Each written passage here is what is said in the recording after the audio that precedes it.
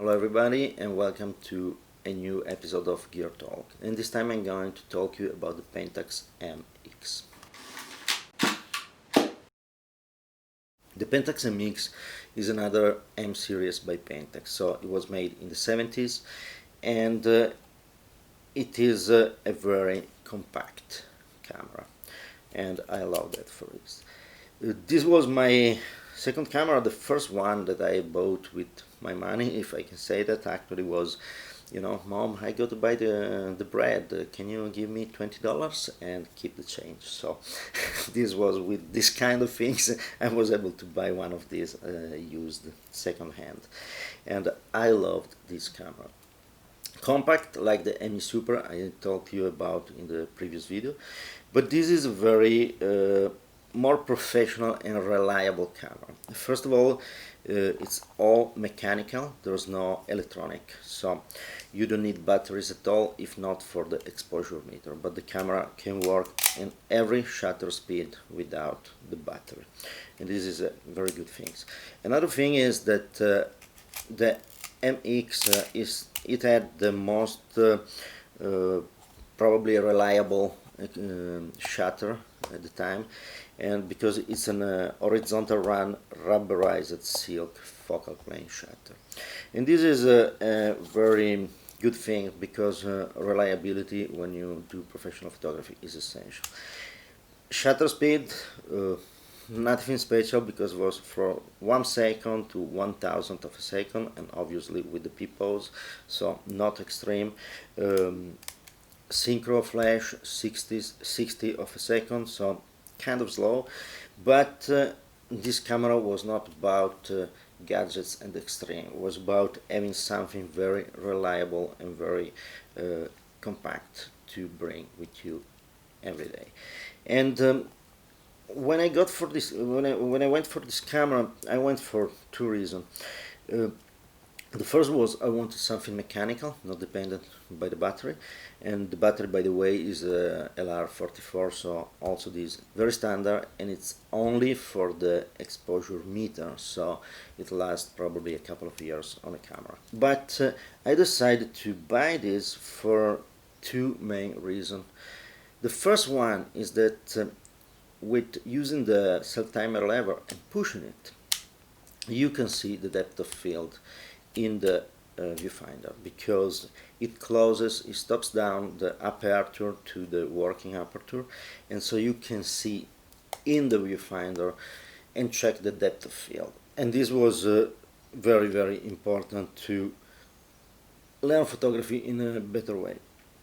The other thing that was for me essential, and is something that I miss from in digital cameras, for example, but something that was very essential is the focus screen. You can change it. It is user changeable, and it's very easy to do so. And I decided to, as a first thing, instead of the regular one with the micro prism and the split image in the center, I went for the one that was with the grid and no micro prism, nothing else in the image. And I love that for many reasons. The first one is I like to do architecture. At the time I did a lot of architectural photography, also because in Italy you go around visit and there's always some beautiful churches or things like that that require a straight image. The second is that I don't know if it's a little bit of astigmatism or something like that, but I see probably 90% of the photographer having the same problem. It's when I photograph something that is supposed to be perfectly horizontal, if I'm not very careful, I always tilt the horizon in the same direction. A little, but still in the same direction. With the grid, I have a reference, so with the reference I avoided to photograph the horizon a little bit tilt. And that for me was absolutely important. But the third thing is that a focus screen without the microprism at the center, it doesn't, I'm not going to say force you, but stimulate to put the subject toward the center. Yes, it's true that you can focus and recomposition, but it's always a kind of distraction is something that I don't like to do. I prefer to have a clean focus screen where I can see the focus everywhere in the image, and I can focus something that is in the corner without having to change the composition. This is probably some fault in my workflow, but I prefer to check the composition exactly, and after I check the composition, focus the image and focus precisely. And I don't want to move the camera around, and that's why also I have some problems with digital and autofocus. I'm not having problem, but there's the movement, the fact that you need to have some focusing spot on the subject or select the focusing spot or something like that. I find it very slow. I much prefer something where I have focusing screen where I can see exactly the focus and move it. So this was the other reason I chose this camera.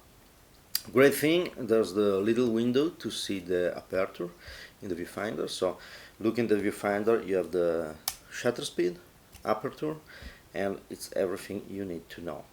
Exposure meter. Another great thing about this camera is that the exposure meter tells you also when the exposure is over or under just half stop. You see the LED inside, there are the green for the correct exposure, and yellow over or under means half stop, and red 1 stop or more. But the half stop was something that when I started to learn about exposure and learn about the sound system and all these kind of things, also in a very limited way with the internal exposure meter that is an average compensated in the middle, but to see that half stop difference gave me a better understanding of the exposure and the subject. And also you move a little and you can see if, perhaps you insert a little bit more sky and you see that the exposure change just half stop, and so you can understand how much is the influence of the sky in the image or this kind of things. So that was, for me, was very important. Other things, there's not much to say. Synchro speed 60th of a second, and you can use the flash, the electronic flash or the bulb flash. Great camera.